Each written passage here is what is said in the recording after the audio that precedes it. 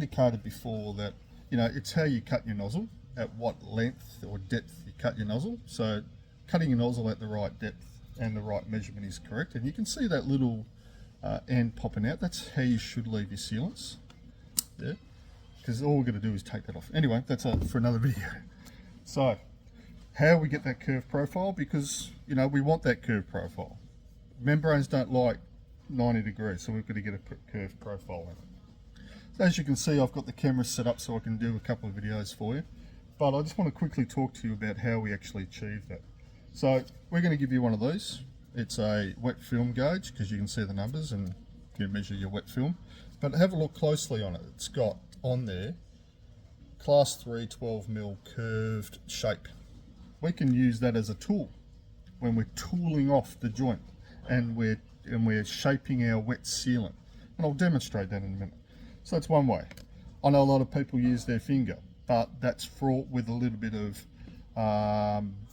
bad business, because you're introducing oils and bacteria on your skin that might affect our membranes. So try not to use your finger. I don't want to see anyone using their fingers.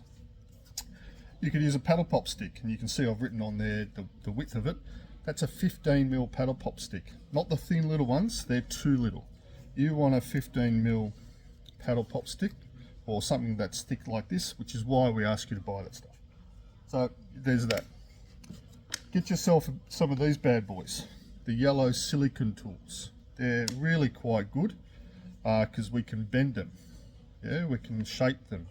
And they've got the profiles that we want. This one's a bit messy and dirty, and it's got some numbers on there, but see how it's got the profiles on there. So I can give you a curved profile, or I could give you a fillet profile, and I'll show you another one. So just a comparison. So we've got a curved profile, and we've got a fillet 45-degree profile. In waterproofing, we want to use a curved profile. We can use caulking guns, caulking knives. Looks very similar, doesn't it? So caulking knives available from our friends at Pasco. I find these quite handy. You can see that I've used these for my work. I find them quite handy because I can really get in there and do all that sort of stuff. So the minimum tool I would suggest for you is use that, and use these. Definitely use these. I'm going to be asking you to use these a lot more. Okay, so I generally keep these really quite handy, because when you're tooling off your sealant, the sealant builds up on your knife, and I generally just have a wet wipe in my other hand, and as I'm tooling, I wipe the tool and keep my tools clean. I also keep my hands clean. Yeah, I don't want to put any sealant anywhere else that I don't want it, because the thing that you need to understand about silicon in particular is that wherever you put silicon, our membrane will not stick to that part. All right, it's just a golden rule.